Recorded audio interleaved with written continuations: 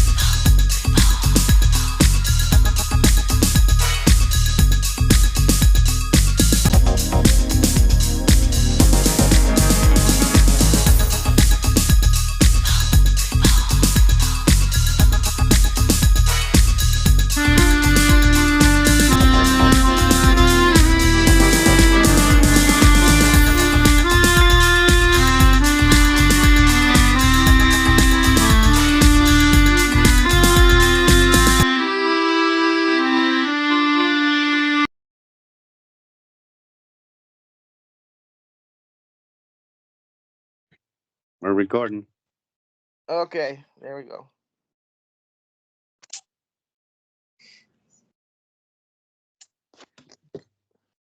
Okay, he says, go ahead and start. Okay.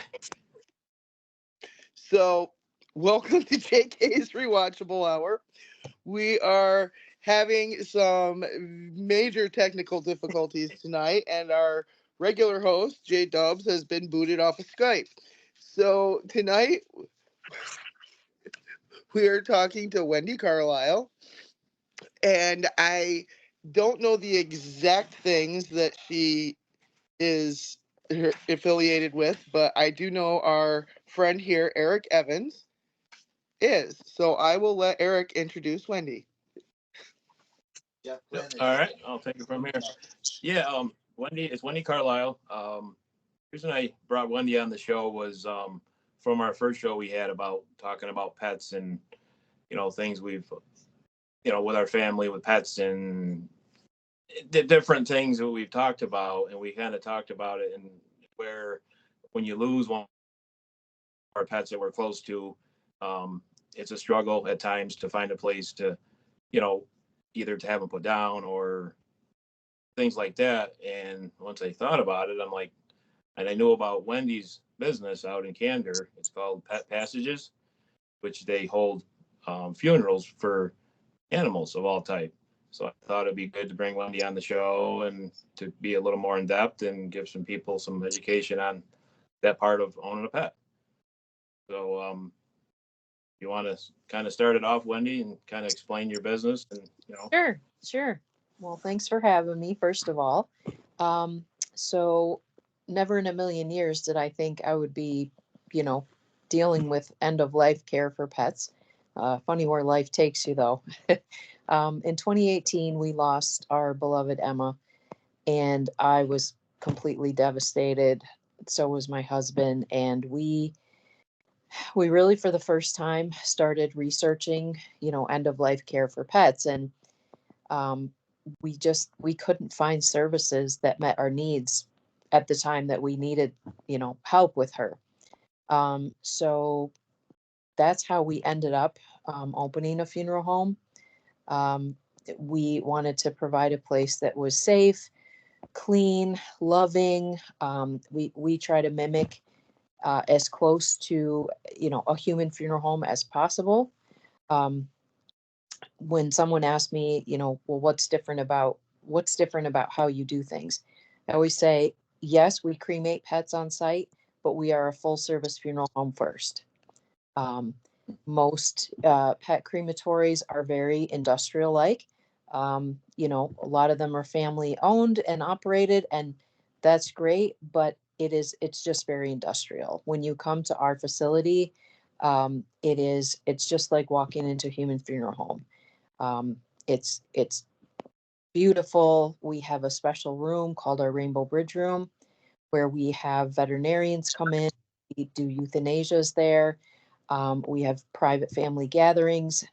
When pet parents come to me directly with a pet that has passed away, they can bring 1, 6, 10. It doesn't matter to us how many family members. They can spend private time with their pet. Um, So yeah, it's full service. I mean, from pre-planning to we do witnessed cremations for folks that want to do that. Yeah, I mean, I have some folks right now that want me to plan a funeral for like 6 of their pets that have passed away in the past. And so we're gonna pull that together. And usually it's kind of the family kind of tells me what their needs are. This family wants us to have Phil Jordan come because he does come and perform funerals for me when he's available. And they were so happy with his last service. So we're going to try to get Phil on board in the next couple months to come and conduct a service. So, yeah. Interesting. The one question I had was, like, when you're getting ready to lose a pet, and it's sick and going through a lot of struggles, like one of our, like Jeff and Jennifer lost their cat there, and that's how we created the last show. We talked Okay. about a lot of that. So they went through a lot of times dealing with that up to where the cat would pass away. So do you step in and kind of help at that point? You can call you up, or do you wait Yeah. Yes, till it's passed yeah. on? No, we have a lot of people call us ahead of time to either just get their plans in place with me verbally, or we actually on our website, you can actually do we call it a pre-need, where you could actually walk through all the steps, right down to, do you want a fur clipping? Do you want a clay impression? All of that can be put in place ahead of time.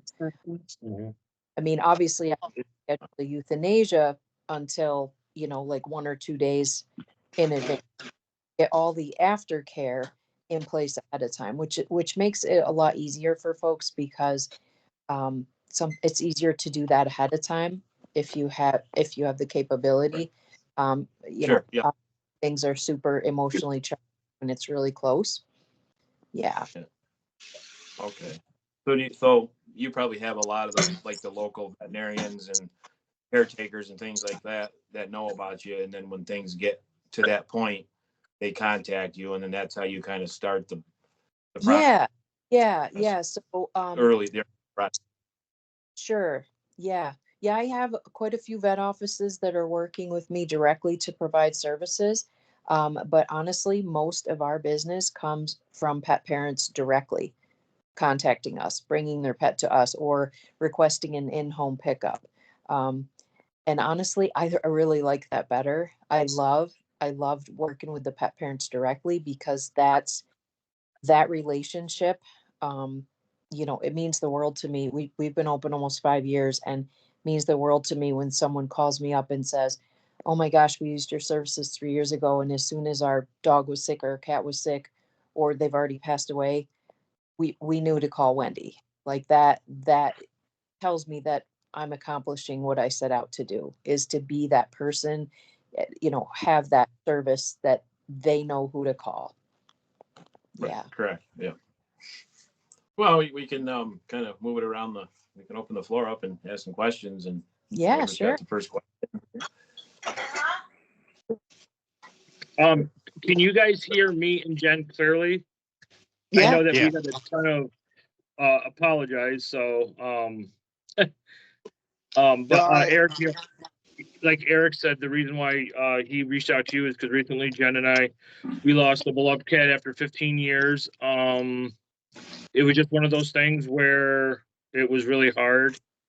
And we probably held on a little bit too long that day, and then we decided to take her to Auburn, but she ended up passing in Jen's arms on the drive. And Oh, when Eric had told me about reaching out to you, obviously I researched, and then I told Jen, and I thought that would have been, I know it's going to sound morbid, but really cool to have that type of an experience instead of, you know, basically taking her for her last ride and then dying in Jen's arms. But I wish that I would have known, and I'm sure as everybody on this show will say, wish we would have known that there was a service out there like what you provide. yeah. Yeah. I hear that. Um, yeah, it's, we have a lot of people that after they've come to our funeral home, um, and a few days later come back to pick up their pet, they say, we felt really secure leaving her here, because that's one of the hardest parts, is leaving your family member with someone else. So yeah, when they come back and tell me, hey, we knew she was in a good place, yeah, that really makes us feel good. Yeah. And it is an experience. I mean, it really is. It's totally, if you've always said goodbye in a vet office, or yes, they passed away at home, it is a whole different experience to come to a place that's like a human funeral home. Yeah. That is definitely, I am so glad to hear of a place like this.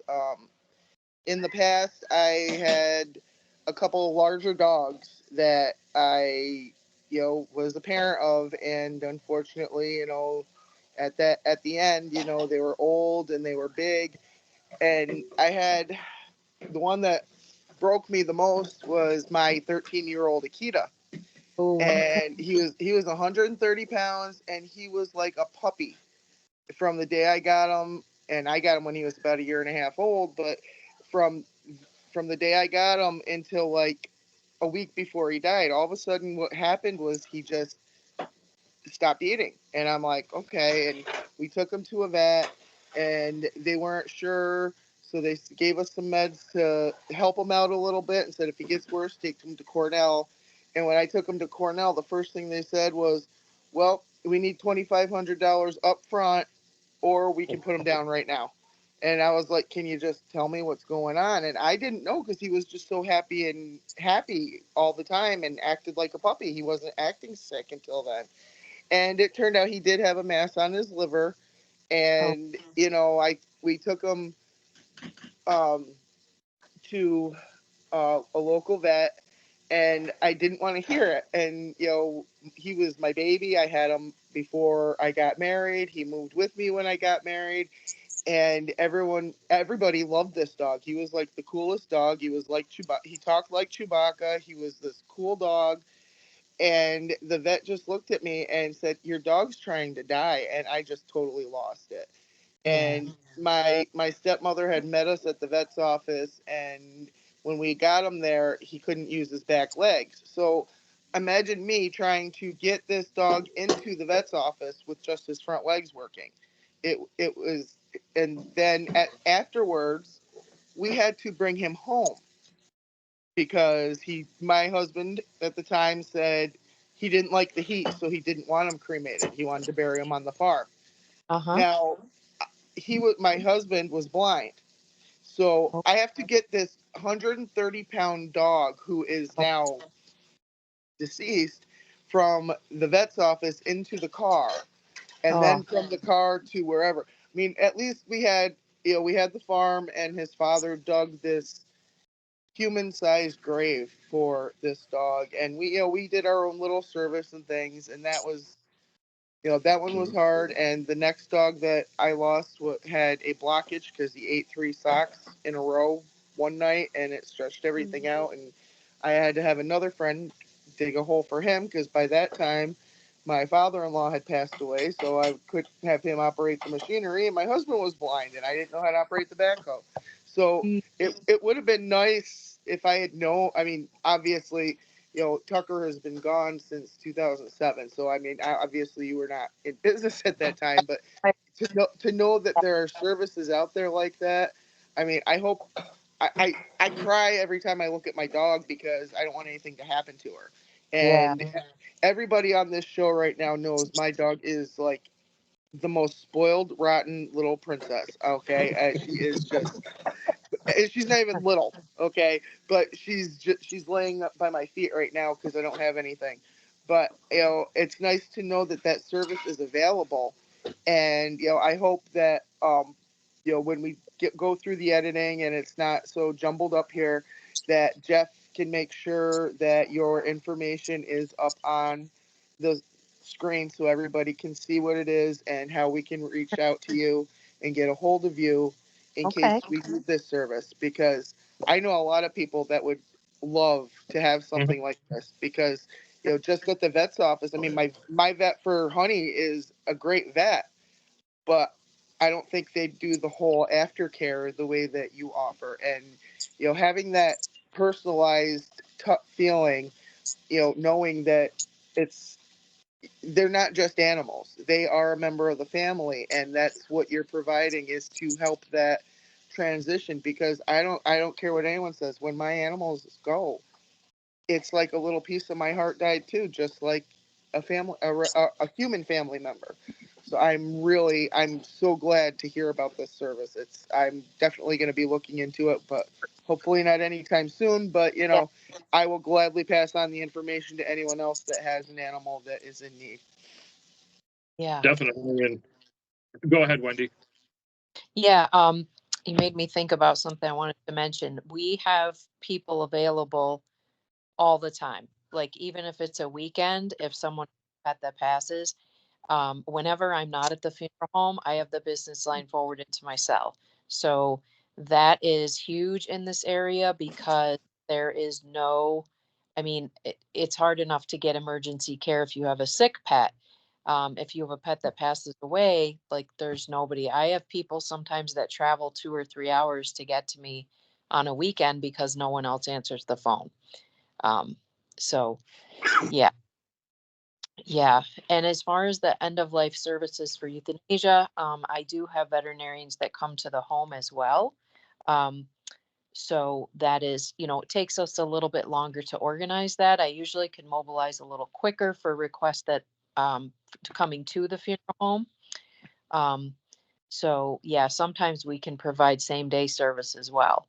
So, and I always clients, like let's say someone is on our schedule for next Monday, but that pet declines quickly over the weekend. I always encourage folks to call me before you just go to Cornell because lots of times I do have a veterinarian that can come in on the weekend. Yeah. So, and it's just a much more peaceful setting. The That veterinarian, is, that's yeah, amazing, that are in the, amazing.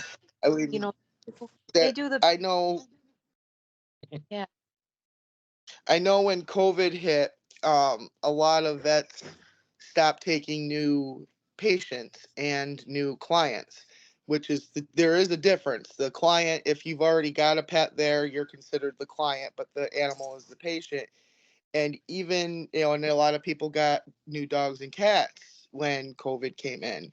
And a lot of them, even if you were an established client, they still didn't want to see you. yes. And, my last dog, he was absolutely fine, and then all of a sudden he just went downhill like overnight. And I do believe it was a neighbor that didn't like me at the time, and unfortunately that dog passed rather quickly due to something that was going on. And I recognized the downhill, end of life because of watching my Akita go through it, and it broke my heart. But I could not get him into any of the vet's offices to help me end his suffering. And that poor dog, we just said goodnight to him, and the next morning he was gone. And I feel so bad because I didn't give that dog as great of a life as I could have, because we got him as a puppy when I was pregnant, and then Charlie died when I was pregnant, and I had the twins. So, having newborn twins and a puppy that really needed, training. He was a border collie blue heeler mix, so he had a lot of energy. Oh yeah. But he was awesome. And if things like that are just amazing now, because even now a lot of vets don't like to take new clients because it's a lot of work. And Yeah. I was lucky that we were able to get in for Honey, but I just, when I first called for Binks, they had like a 6-month waiting list, and that's my cat. So I don't know. It's just that. It's just that. But I'm just so touched to know that this is available. I'm like holding back tears thinking about the scenario if these dogs were here now, how I could handle it now. I mean, I know they all had great lives, but I always spoil my animals, but this is just, it really is touching. And I missed out on the pet show because I was, had my daughter out trick or treating, and I'm just, all the memories are coming back, and I'm smiling but fighting back tears because these dogs were, they Sure. were my kids before I had my kids. Yeah. I love this idea. I just, oh my Yep. gosh.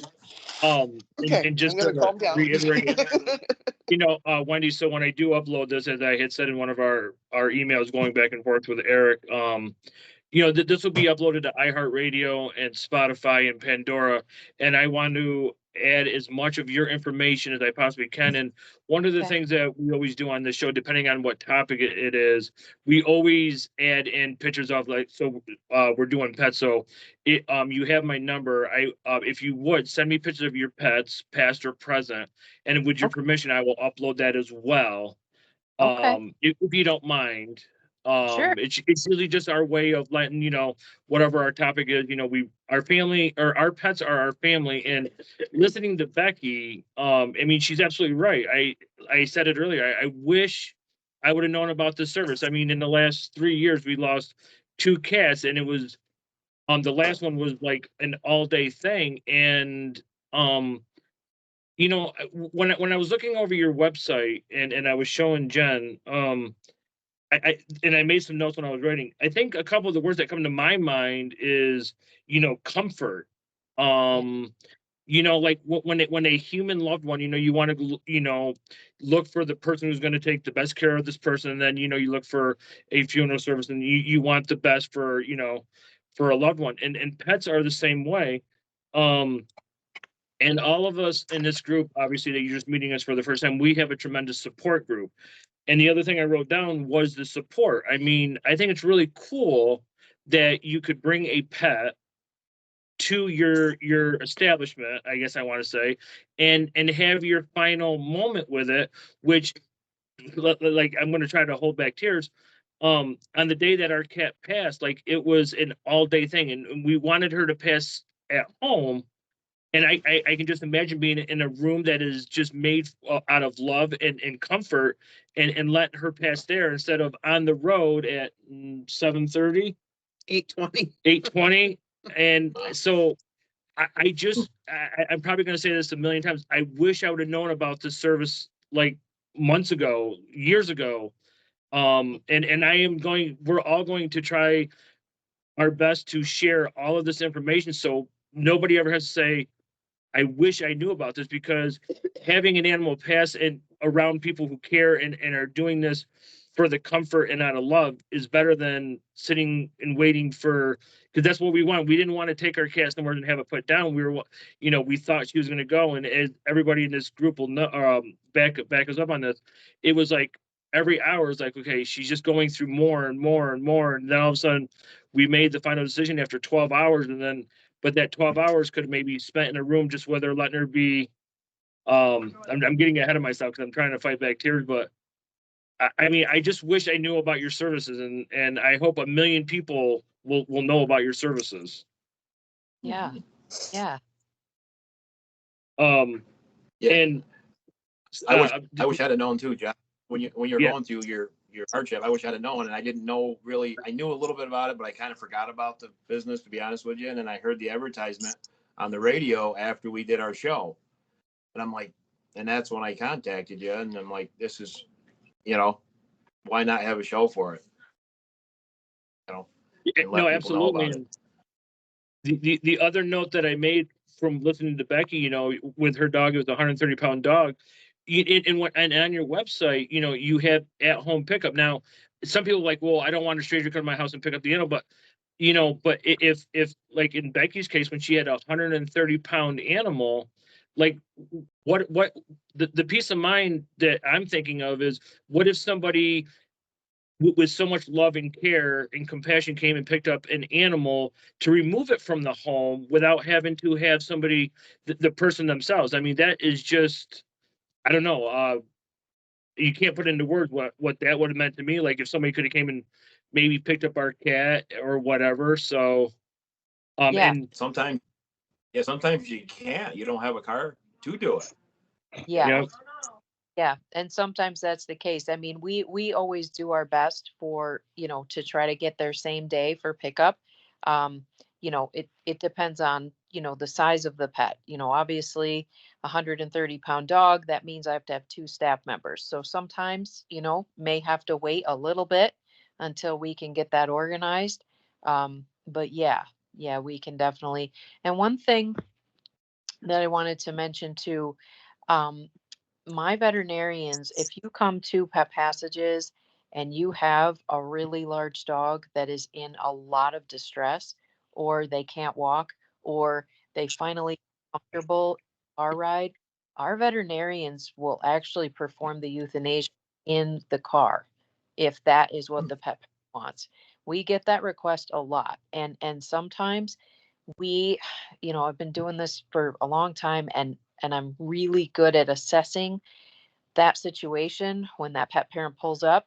And sometimes I'll suggest that to the pet parent is, look, he looks pretty comfortable right now.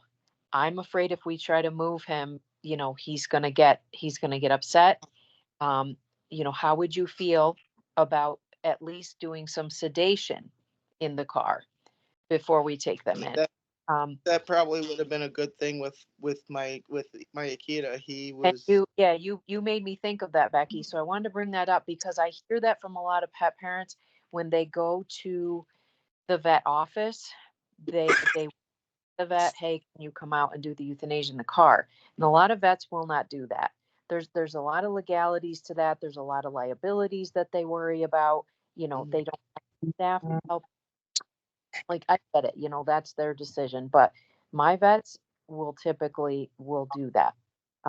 Especially for pets that, may have, there's a condition called degenerative myelopathy, where the back end just stops working, but their brain is completely there. Those dogs get really scared because they are trying to move, but they can't move. They get really upset if they pull up in the car. So those dogs, we will definitely sedate. So we really try to tailor our services the best we can to meet everybody's situation. Do you have services? Have you ever had it that they do the euthanasia at their home? Yes, I do offer that too, depending on, where you live. We're trying to branch out a little bit more because those requests are getting more and more. So yeah, lots of times we have more requests than we can service. Yeah. And, a lot of people will say, well, how come more vets? Almost fucking killed me. I had my hand on the fucking chair. It's hard it's hard for, if you think about what goes on in a vet office, you have technicians to help, you have vet assistants to help. So when you have a veterinarian come into a home to do a euthanasia, they're by themselves. So it's a lot of work. It's a lot of responsibility for them. So yeah. See, I like that because as everybody in this group, when we were, I'm not gonna, we just don't mention certain names, but we were gonna go to Auburn because that was the only place that was open, and I just remember the person was very nice, very understanding, and I'm sure that she took, they take calls all the time. She just said that you guys could bring her in the room, say your goodbyes, and then you walk out, and I'm like, and I know it wasn't on like a slab. Go ahead. No, we'd stay in there with Right. But I think like being able to have a pet pass at home instead of just I just like I'm just blown away like with the services that never thought they were ever out there. You never would have thought of this, and everybody, I told everybody at work about the show I was doing, and I'm like, hey, did you know like you could actually have a pet service and funeral? They're like, what? And I'm like, I'm here it is, and I'm like, and I just I don't know. I just think that the overall comfort level for me just, it's still obviously very vivid, just as it is for everybody who's ever lost a pet, just like how easier I think it would have been on Jen and I if we knew somebody could come into the home and, take the pain away quicker instead of, Sure. what we thought, but, Yeah. Yeah, Yeah. I don't know what your, sorry, Go ahead. I don't know No, what go your ahead, Becky. fees, I don't know what the fees are, but everything does sound, very, very comforting. As Jeff went through 15 years with their pet, that's just about the length of time that I've had my dogs, and I've lost two. One recently passed away at home. It is the type of service that you're like, my God, this would be awesome. And then just to know like it is a real thing and you're not that far away. So Yeah. it's pretty cool. Thank you. Yeah. Yeah. So all of my cremation prices are on my website.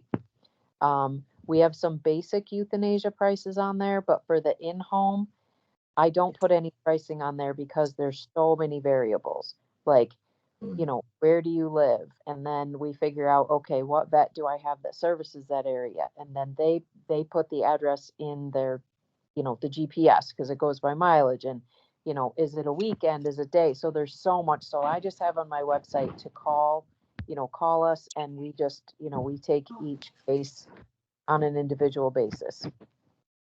Yeah. Just for me, and I'm not saying, money's not an object, because it's not, but like, I know we were going to pay 250, I think. And that's not even including, traveling, which was like an hour and 20 minutes, whatever it is. I can't remember. But I think just, I keep on repeating myself with it. I think the comfort to be able to have somebody come into your home who actually cares about pets. That's what, you're the pet passages of the Finger Lakes. I think, and let's just say just, a round number, $300, I would have been okay with a $300 check for somebody coming in and taking the pain away from a loved one that, I just, it was just a horrible night. And as bad luck as it is, it was the second animal that died in Jen's arms. And I could only hope, like, to rewind a couple months, be like, oh, hey, we know about this place, it would be so. And so George or Eric, just before we go to a commercial break, I'm not touching nothing this time. I don't want to. I know that our technology over here, so I'll let somebody pause and then we'll come back. All right. I'm going to pause right now. Gotcha. We're back. Yep, we're back. We're back. We're live. Okay. All right. We're back. Continuing our conversation with Wendy Carlisle from Past Passages. You want to speak a little bit on it, George?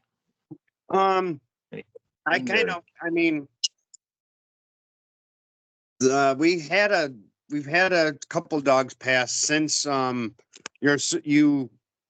started your business, but one of our dogs we actually lost before you started, because you said you've been like 4 years, you said? Yeah, we actually opened until COVID. We opened June of 2020. So okay. Yeah. We lost a dog before that. And we had him, he looked similar to the dog that you saw with Becky. He was mixed. He wasn't a full yellow lab. He was a mix. But we had him put down. I mean, the vet that we go to is just a local vet. I mean, he was pretty good about it, but the only thing he did was he, euthanized him. That was basically all. But he said, here's what we're going to do. We close at whatever time they close at. He said, I want you there like right before that, and then we'll come out and we'll get you, and everybody else will be gone. It'll just be you, me, him and his wife run the vet clinic. So that way he said you could have as much time as you need. And that was probably the hardest thing I've ever done in my life. yeah. Yeah. So I on other shows I've told a story about, how tragic my early life was. I don't show emotion. I have been a little bit lately. I've been kind of since I told my story out loud, they've kind of been coming out a little more, but that was the first time I broke down since I was about 11 or 12 years old. Wow. And I've had a lot of family members pass, and I wouldn't shed a tear. Hmm? That was probably the hardest thing I've ever done, was have to put him down. Yeah. He had Yeah. bone cancer, and the thing is when our vet goes on vacation, he has a stand-in vet that comes in. Mm-hmm. When our dog started showing his right rear leg, he was always holding it up, and we thought, well, maybe he hit it on something, maybe he stepped on it wrong, whatever. And that our vet was on vacation, so we had to stand in vet. And he said he ran, he took him in, ran some things, did some things, and said, it just looks like a soft bone injury. Gave him some medicine, and it seemed to help. I mean, he started getting around better, but then it started acting up again. And when we took him back, it had been probably 5 months.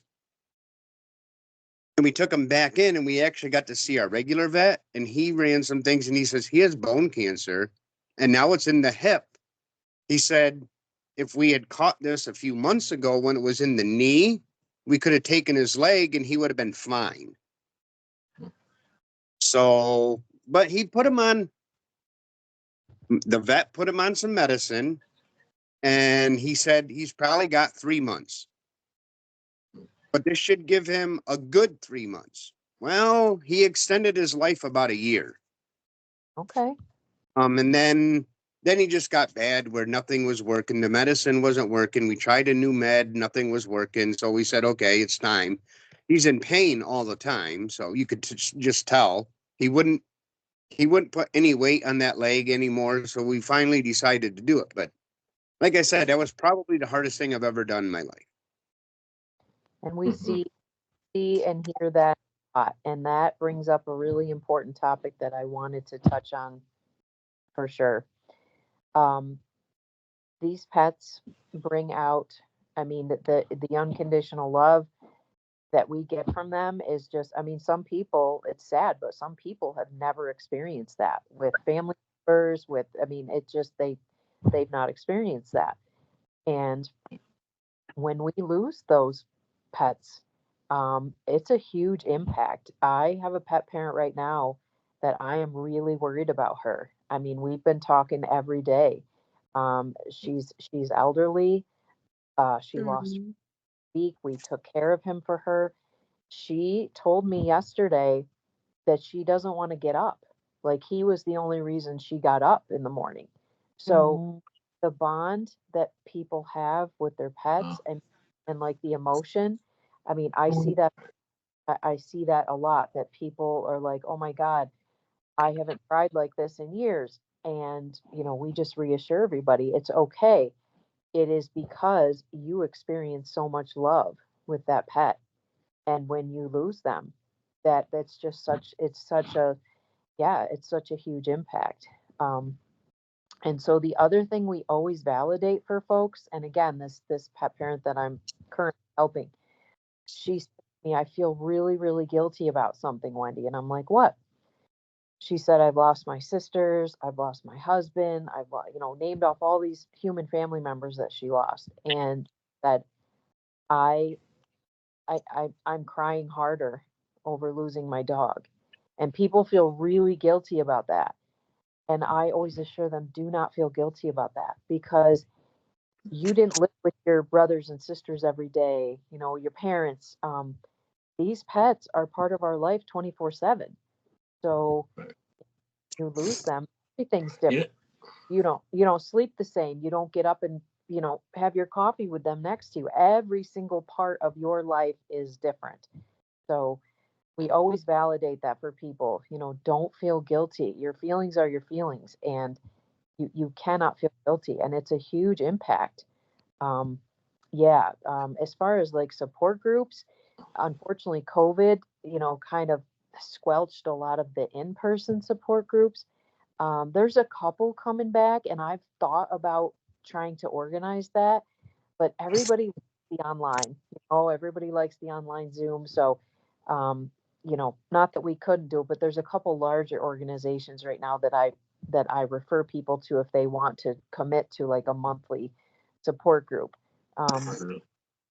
Yeah, yeah, I actually think that's a good idea. I mean, I know some people will hear about a pet support group and they're like, they'll instantly blow it off. But as I said earlier, we have this little group of ours here, we're more than just friends. But I think that's very, very beneficial, because you can never have too much support. And I absolutely agree with you. Just like everybody else, I've lost loved ones, but I think with the two animals that we lost, I think I cried harder. I yes, think one, because I felt helpless, like I couldn't do anything about that. Not that I would ever be able to do anything for anybody or anything dying, but like I just think for an animal, because they don't talk, they yes, can't tell you. And like you were saying about the routine, with your friend there, I know every morning I get up, our dog Dozer, which you'll see when I upload all the videos of all of our pets, he knows as soon as my alarm goes off, he's ready to go out and eat. But I, just like everybody else, if it's not his routine, then you automatically know something's wrong. And yeah, I just think just the hardest thing for me was just feeling helpless. And yeah, I just we just Jen had sent me a picture of our I was at work, I was happened to just working 3 to 11 that one week, and she said she's sitting up. So I called her immediately and I'm like, what, this is gonna sound really funny, but I said, what do you mean she's sitting up? She goes, she's sitting up. I'm like, does that mean she's getting better?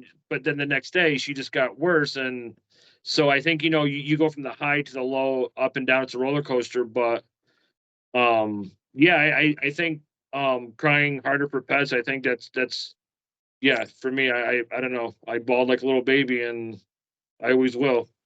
yeah, yeah, Yeah, I think you're right on the spot on that, Jeff. Is where I think that's why we are closer to our animals, because the hurt that you have for the animal, you take it a lot closer to your heart, because they can't talk. All you can see is how they're acting, and you take that, instead of them talking, you take what they look like, and that like hits you, and it makes you feel that much more emotional, or caring for the animal, because they can't talk. I mean, at least like if you lose your parents or your grandparents, or you may have a chance to have a little visit time at the hospital or at the hospice care or at home or whatever. And with a pet, all you do is see them, just trying to stay alive, and they can't tell you what's wrong and what hurts. And that's when on the last show, when I talked about my Basset Hound, when he started getting slower and slower and he couldn't walk, and then he, when I come home that day and he, you look at him and he's in serious pain, but, and then I took him, had him put down, and which I explained on the show, which that was probably the hardest one I've ever had to do as an animal, having an animal put down. It was because it was a dog that we really loved a lot. He was, and the other thing was different that time was that I had my daughter, and the other times that we've lost pets, we didn't have our kids. So to have your daughter there in the vet, have them give the shot and all that kind of stuff, it was a lot more emotion. That was probably the toughest one for me to go through. And if I had an opportunity to do something that Wendy offers, do her business here, it would have been way different. Oh, 100%. Really all we had, we had the dog got a shot. You go down. They put him in a grocery bag or in a plastic bag. We put him in a box and we brought him home. And obviously we put him in the ground in the backyard and made a little sign. The kids did, because they were younger then, and and that's it. That was the only experience we had. It was more of a sad, really sad experience. Right to the end. But we all know now that she has a business, and we can spread the word and help a lot of people, and help the hardships that we had to go through. Maybe the next ones won't have the hardship that we had to go through. We can make maybe somebody's, life a little better, a little more positive, you know, when Yeah, you do and lose so close to you. and that's what we do on the show. You know, we just try to spread the word of, you know, of goodness out there, and we try to, not that any of us are religious, but you know, we just we're just trying to change the world, and this is one of the benefits of having, you know, a platform like this and people such as yourself, Wendy. Because when I was listening to Eric talk about his best how, and I remember, you know, remember how many times I said to Sassy or Kay, I'm like, you know, just go, please, just go. I was begging, you know, and I don't know, you know, then you look back and you wonder, you know, did we comfort her enough? And then I envision, you know, being in a room in one of your establishments, just, you know, making her more at home, more at peace. And, you know, I just wonder how much more beneficial that would have been, instead of just what, you know, what people normally do or typically do, I should say. Sure. Yeah. Yeah. You know, you also have a place, you know, you can actually bring the animal and have a service, correct? You can bring all your family members or friends. Yeah, we've had Like a ceremony as well, just like a normal funeral, right? yeah, we've had 2 pretty large funerals where people brought food. I mean, yeah, it was just like it was a full-blown wake. Yeah. Most of the time what it is just folks bringing their immediate family members, and you know, it's not anything super formal. It's just them in our Rainbow Bridge room, you know, spending some personal time, sometimes music, you know, say a prayer, you know, because our Rainbow Bridge room is pretty big. I mean, we can accommodate quite a few people in there. There's couches, there's chairs. We have, we pretty much everything you need in there. So yeah, yeah, yeah. And then I I think have that's absolutely amazing. That's like like I'm hoping. Is that where you want to go? No, that's not where I want to go. But I'm just thinking, like, you know, I know that, you know, we all love pets. And you know, you saw Honey, right? Becky's dog, Honey. yeah, She is like the most friendliest, lovable, you know, a beautiful dog, just like all animals are. You know, when you were saying about how everybody can come into the Rainbow room, I'm just thinking, like, imagine having all your friends and family who care about you and your loss over a pet, who people like, well, it's just a pet. You know, I mean, let's just be honest, that's what some people would just say, it's just a pet. Well, no, but imagine the ones that actually care about you as a person coming and being at a funeral service for a pet. Like you said, some people bring food, and I think that's really important. I think that helps because we all know that the loss of someone or something really takes its toll on a person for years, and sometimes people never ever come back from that. yeah, yeah. Jackie? Yeah.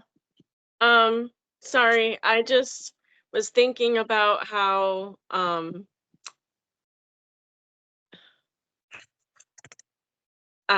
I guess I was just thinking about my little dog and how I would have liked to have had somebody, you know, surround me, or I just dealt with it on my own. I buried her on my own, and I don't have any kids. I mean, my dogs have been like my kids, so yeah. Just wanted to reiterate those feelings. Yeah. Yeah, I occasionally will have someone come for euthanasia and they'll come alone because they want to be alone. I mean, so it's, you know, everybody deals with everything in their own way. Um, you know, I just had a case a month ago. I happened to know the person and I was like, oh my gosh, you're alone. And she's like, yep, I don't want anybody to know yet. And that's why she needed to Makes do sense. that. She was not ready to talk to people about it. She didn't want everybody on Facebook to know. She's just like, I need to do this and it needs to be just me and her in this room, and I'll let everybody know when I'm ready. So, Hmm. and I offered to be in there, ask if she wanted me to stay in there with her in the and she's like, nope, I appreciate that, but I think I'm good. I'm like, okay. So, yeah. Do you really think that the people that are like alone with just their animals and don't have any sibling, kids or family or something like that? Are they a little more, much more emotional than somebody that would come in with a family of, a couple kids and a husband and wife or whatever? Very much so. What we're Yeah. seeing now is during COVID, a lot of people adopted pets that may not have had pets in years, maybe never had a pet. And if they adopted that pet at a shelter, they might have been middle aged. And now it's been long enough that those pets are aging. And a lot of those pets are needing end of life care. And what we're seeing is people that have kind of become introverted, they stay home, they just only want to be with their pet. That population extremely vulnerable when they lose their Right. pet. I mean, I've had people at the funeral home that have come in at 9 o'clock in the morning and they are so intoxicated that I have invited them, hey, stay with me, hang out. What did you say your name was? These they just can't deal. Mhm. They're grasping at straws to deal with this loss because that pet may have the only thing they had. And I see that also a lot in veterans, veterans that have come back. They have lost their family because they're still trying to work through everything that they went through, and these Yeah. pets are all they have. And so, yeah, I've seen, Well, yeah. yeah, Yeah, and then the other ones like special, what do they call them? The people that have that are blind or special needs dogs. The yep, people that have those Service dogs. Yeah. dogs. yep, Yeah, that's got to be very that hard to is, deal with somebody that can't see or they can't yes, function, and that's been their lifeline for 5 years, 10 years since they've been blind, and all of a sudden it's gone. yes, That's got to be different. Have you had to deal with people like that? I mean, since you've yes. been in business. That's a really good. Yes, yes. Just 2 weeks ago, I had a case that, ooh, obviously what I do, this is very, but there are cases that just really rip you apart. And I had a case 2 weeks ago. Lab had been a dog for a gentleman with severe Parkinson's, and those two were so bonded. And just to hear him talk about how they lived their life together and that he knew, like he knew that it was time to let him go.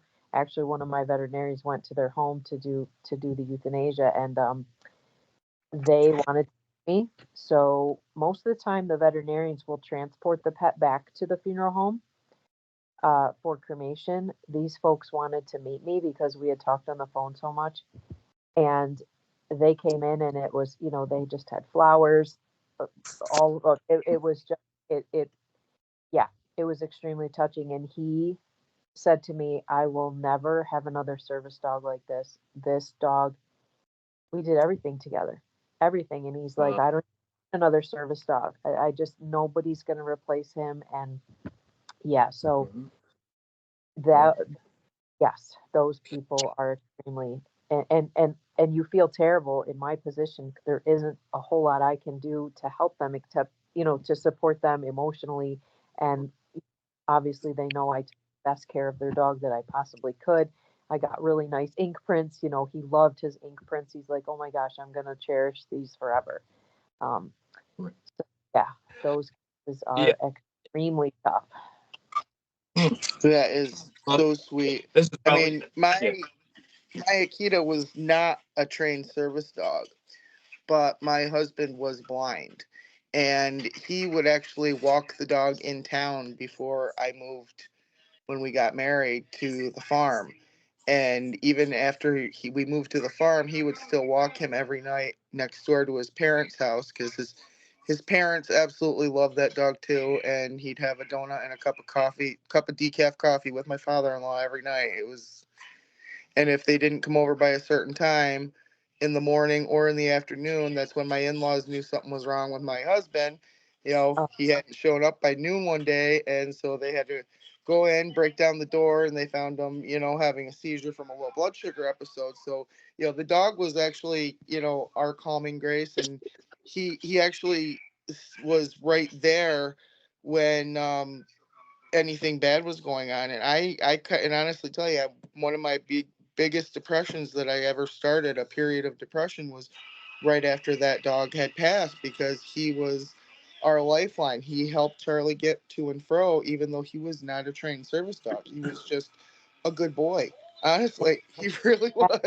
Yeah, yeah, But you know, with what you were saying, Wendy, about you know, your veteran, animals know. I mean, if you treat an animal right, they know. Like, you know, our dog was usually he's up walking around, but and you'll see him and you'll see everybody's animals. They just know when something's not right. You know, they know if you're happy, they're happy. But you know, I shared it with everybody. When our first cat passed, our other cat was looking directly at Peyton. And as weird as it may sound, some of the characteristics of Peyton went into our cat Sassy. Now, when Sassy passed, her and Dozer, our dog, they knew each other, but they just kind of kept their distance, you know, blah, blah, blah. Dozer came over to acknowledge her. And like, but I think pets sense stuff like that. Would you agree? I mean, you have way more knowledge than I do. That was just a question I wanted to ask you. yes, they definitely sense that. And we, you know, in most cases, obviously there can be, you know, something different in some households, but in most cases, we always encourage, if you have multiple pets and a pet passes at home, it's best to let the other pets see them and smell them, so that they acknowledge the death. Um, we do sometimes have folks bring in, like if they're coming to us for euthanasia, they will bring their other pet and maybe, you know, just kind of keep them in the car until after the euthanasia's finished, and then they'll bring that pet in, you know, to spend time and acknowledge.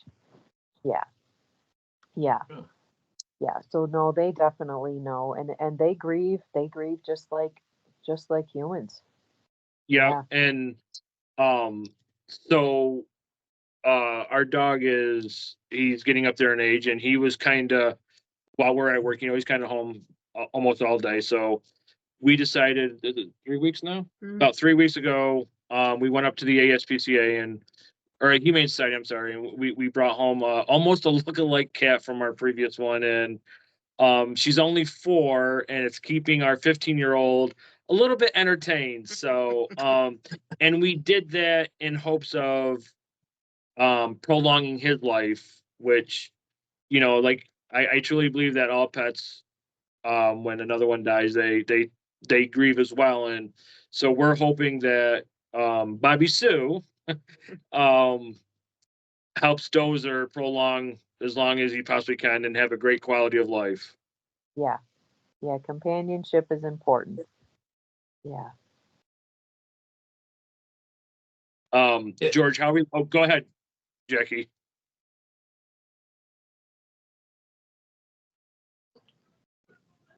Hey, Jackie, unmute yourself. Thanks.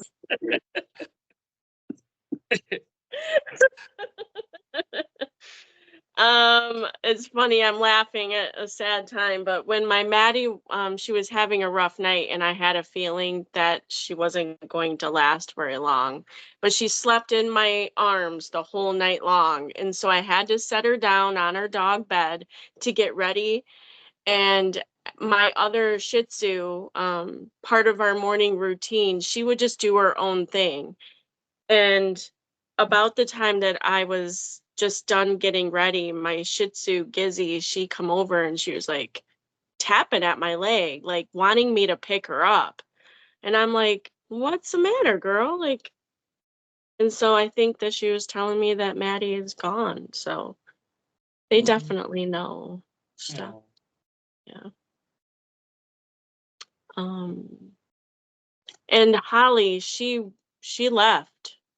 She left. We couldn't find her. So she definitely wanted to be alone when she passed away. She was our oldest. So, Yeah. And I think that's why we went out and got another cat, like I told the group. You know, just Dozer's, he's used to having something, another living thing around in the house, and you know, I think that's I don't know, it was kind of hard for us, but we went up there and you know, and on the Humane Society, you can look at pictures of all animals, and the first one we both agreed on looked just like our previous cat almost. And oh, there's Honey. I don't know if you can see her. But George, how are we looking on time?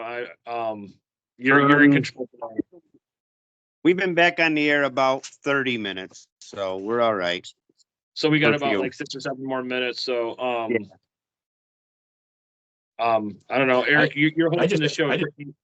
Go ahead. Yeah, I just had one more question. Like when somebody does lose a pet or a service animal or what have you, do you have a service or do you offer a service for people to get another pet? You know, to move on from what they lost, So or do you kind of like, is that we have a the lot end of, of the road and then they need? you know, we have a lot of connections. I mean, you know, in this, well, even before I got into the end of life part, I mean, I have known, kind of been in the veterinary community, known a lot of people for years. So we definitely have resources. But usually we encourage people to take a little time. And what we usually see in a situation like that is you have to have the whole family in agreement. You know, sometimes we'll see like one family member that's, oh my gosh, we need to get another dog or cat right away. And the rest of the family's like, no. So that is the most important thing we try to stress is don't do anything quickly, you know, take some time, you know, make sure you go through the grief process, you know. So yeah, but we have a ton of connections with, yeah, with shelter, with, you know, foster programs. So yeah, Yeah. Do you definitely. work with like the veterans, like a veteran that would need like an assistant dog or something like Yeah, that? well, Is it something you reach out to the military or the government to kind of work with it to help somebody well, that's, you usually, know, a veteran or? yeah, I usually just have people that I have, you know, I'm part of their group on Facebook or whatever that I can kind of direct them to. Yeah, I wouldn't say I necessarily do that directly for them, but I give them some pointers on Okay. where to start looking for what they need. Yeah. Gotcha. Yep. Yeah, just with what you were saying, I don't know if anybody heard Jen. She said, you know, make sure that you're ready. And luckily for us, Bobby Sue kind of fits. I don't know. She kind of just fits in with us, but I think it was the right time. And it's paying off. But anybody who's just watching the show, I mean, if you do lose a pet, you know, don't go out and buy another one. Just wait, give yourself some time. Because you may assume you're going to go get another pet and it's going to be like your previous pet and you're going to do the same things. As we're learning with Bobby Sue, as our old cat, she's trying to run the house and she says what goes on. And so yeah, that was an excellent point. You know, just with Wendy and what Jen said, just make sure you're ready and give it time. Yeah, because we see appointment when people make that decision really quickly, like, oh my gosh, I have to go out and get another pet. Your expectations are to fill that hurt that's in your heart. No matter what, you know, you're not replacing that pet. You're just trying to open up and give more pet. And yeah, that's what I tend to see is a lot of disappointment is, oh well, you know, Fluff doing what Frankie could do, and well, no, it's a different life. Yeah, and I think that, so then you compound it, right? You've got the grief that you're trying to not deal with, and it gets really complicated. Yeah. Yeah. Right. When we put our one dog down, I wasn't ready for probably 3 or 4 months. I mean, it took a while, but when my wife's she had a little Shih Tzu, when she had to put her down because she had cancer, thyroid cancer. We didn't replace her, but we have we have a stray cat community outside. We're down to only 2 now. We actually, Eric's son just took the last 2 kittens that we had just last Sunday. But the other 2 have been brought in, not necessarily just for us, but for the dog that replaced mine that passed away, because he looked for that, even though he knew that she was gone, he looked for my wife's little Shih Tzu for probably 3 or 4 weeks, just kept looking for her. Yeah. And now he is probably, the kittens are his more than they're anybody else's. When our bigger cats that have been in the house for a while are going toward the little cats, he'll always get up and he'll go over, well, okay, what are you doing? What are you doing to the kittens? What are you doing to the kittens? So they were, I mean, we brought them in because they were sick, but it worked out that it helped our dog. Sure. Are they one of the kids that knocked the phone out of your hand last week or whatever? That was one of them. One of the 2 of them did. The little one that you've seen on the show more, that was on before we brought the other one in. That's the one that knocked the phone out of my hand. He's the one that he jumps all over the place. You'll have to watch that show, Wendy. We were sitting here and out of nowhere. We all thought George tipped over laughing so hard, and it was actually a kitten. Are we close to the 37-minute mark, George? Yeah, we're getting pretty close. I think we came back on at 36 and we're at an hour 12. So all right. So hey, Eric, seeing how you hosted the show and we had technical problems on our end, why don't you go ahead and end the show, because this was you're the one who reached out to Wendy and her pet passages of the Finger Lakes. So why don't you go ahead and end the show? All right. Okay. Again, we're going to put this show to an end, and I'd like to thank Wendy Carlisle, Pet Passages, for spending the night with us and educating us on what her business does and what we can do moving forward to help other people. And I want to thank George, Becky, Jackie, Jeff, and Jen taking their time out. And we had some technical difficulties, but we made it happen. And I think we all got a clear mind of what we're doing moving forward with the pets we own, and to pass it on to the friends and family to make their lives a little better when there is a hardship. It isn't just a hardship. There's other people out there to look for it, look out for you, and call Wendy at Pet Passage, and we'll put the something into the closing of the show so you can contact your business and for when you need her. Thanks again for coming on. Thank you, Wendy. All right. Thanks, Wendy. thank you. Bye. Thank you. Happy holidays. Holidays.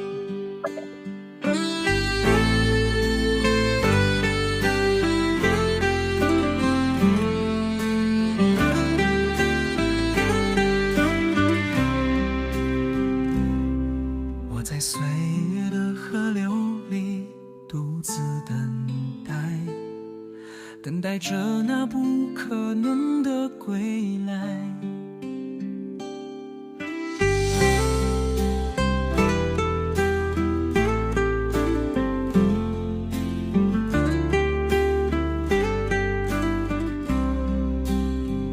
为什么总是在失去后才明白，如果早些懂得，至少你还存在。心已破碎，无可替代，无法再拼凑起来。如果时间能够重来，我愿用一切换你回来。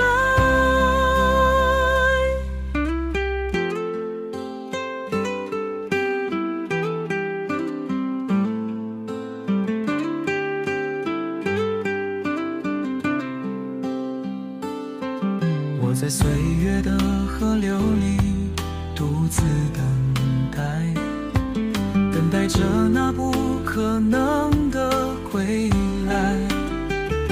心中的痛苦无法释怀，